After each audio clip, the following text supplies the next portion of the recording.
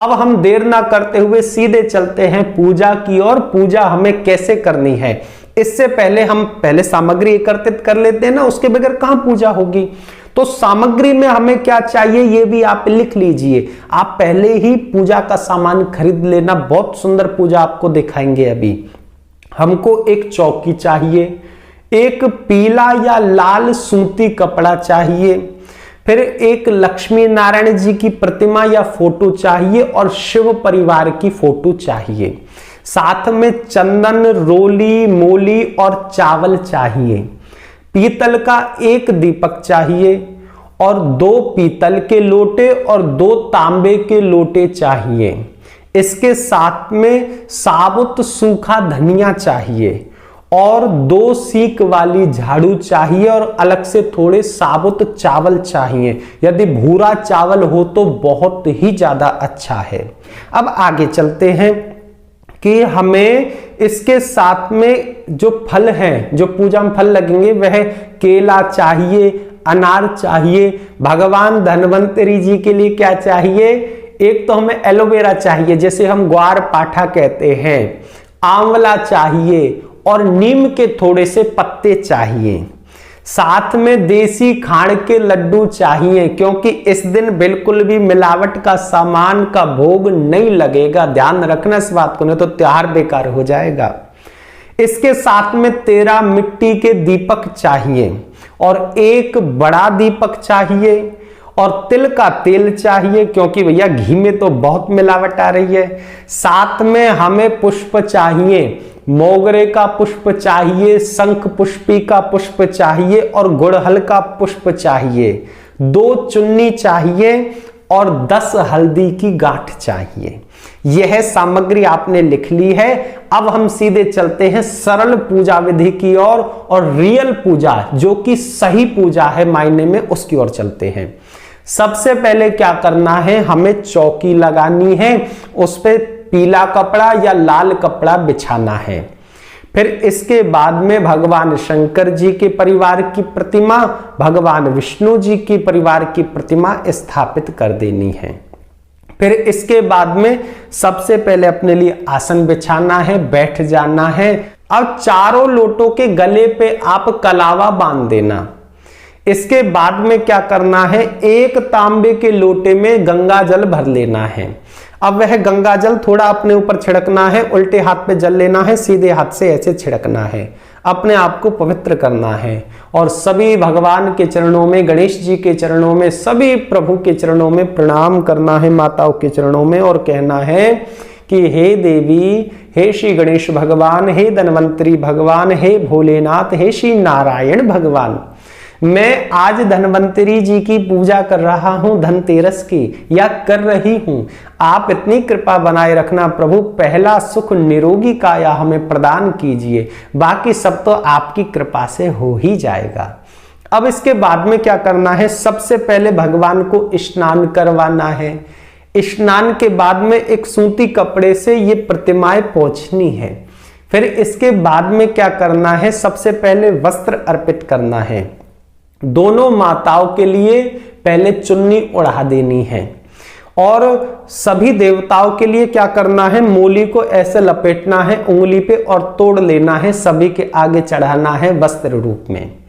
फिर इसके बाद में क्या करना है, सभी को तिलक अर्पित करना है। ध्यान रखना, भगवान शंकर को और श्री नारायण जी को हम चंदन अर्पित करेंगे। इसके बाद में अक्षत अर्पित करना है।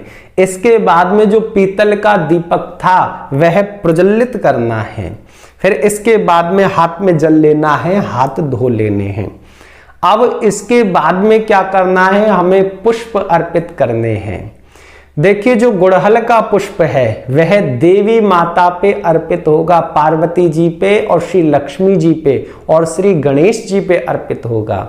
और जो शंख पुष्पी का जो पुष्प है वह श्री नारायण जी पे अर्पित होगा और जो मोगरे का पुष्प है श्री शंकर भगवान जी पे अर्पित होगा। अब आप कहोगे धन्वंतरी जी इसमें कहाँ है? धन्वंतरी जी और कोई नहीं है, स्वयं नारायण ही है जो सभी के लिए निरोगी काया लेकर के आए हैं, कुंभ लेकर के आए हैं, अमृत लेकर के आए हैं। अब हमें क्या करना है, धूपम दीपम दर्शयामि, धूप दीप दिखाना है। फिर इसके बाद में फिर हाथ में जल लेना है, हाथ धो लेने हैं। अब इसके बाद में श्री भगवान को प्रसाद अर्पित करना है। प्रसाद में आप देसी खांड के लड्डू घर पे ही बना लेना, क्योंकि बाहर का मिलावट इसमें कुछ नहीं चलेगा। अब श्री भगवान को अर्पित करेंगे, गणेश जी को अर्पित करेंगे, माता जी को अर्पित करेंगे, भोलेनाथ जी को अर्पित करेंगे। इसके बाद में हाथ में जल लेंगे और हाथ धो लेंगे। अब इसके बाद में क्या करना है कि जो 2 पीतल के लोटा हैं उसमें आप एक में तो धनिया डालना 108 बारी और एक में डालना चावल।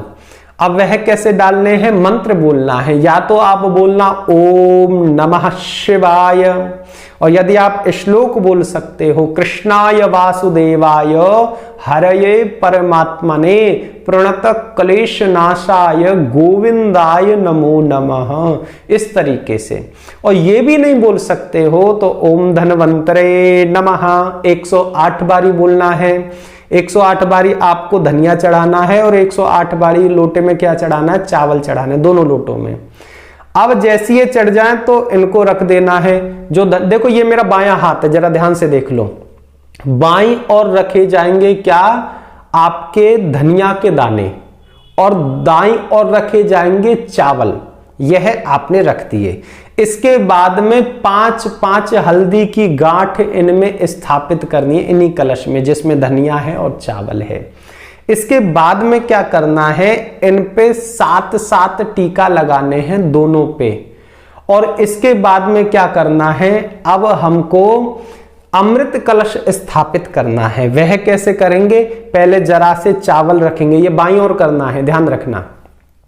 पहले जरा से चावल रखेंगे, चावल के बाद में हम कलश को रखेंगे, यानी कि तांबे का लोटा रखेंगे, उसमें गंगा जल डालेंगे और उसको हल्का सा ढक देंगे, कोई प्लेट से या किसी मिट्टी के बर्तन से। ढकने के बाद में फिर उस पे चावल रखेंगे और धन्वंतरी भगवान से प्रार्थना करेंगे कि प्रभु आज ये अमृत का कुंभ आपके हाथ में है, प्रभु इतनी कृपा कर दीजिए, हमारे समस्त परिवार को निरोगी काया दीजिए, और प्रभु आपके चरणों में बारंबार प्रणाम है, आपकी कृपा ऐसे ही हमारे ऊपर बनी रहे, सही ढंग से हम अपने त्योहार मनाते रहें।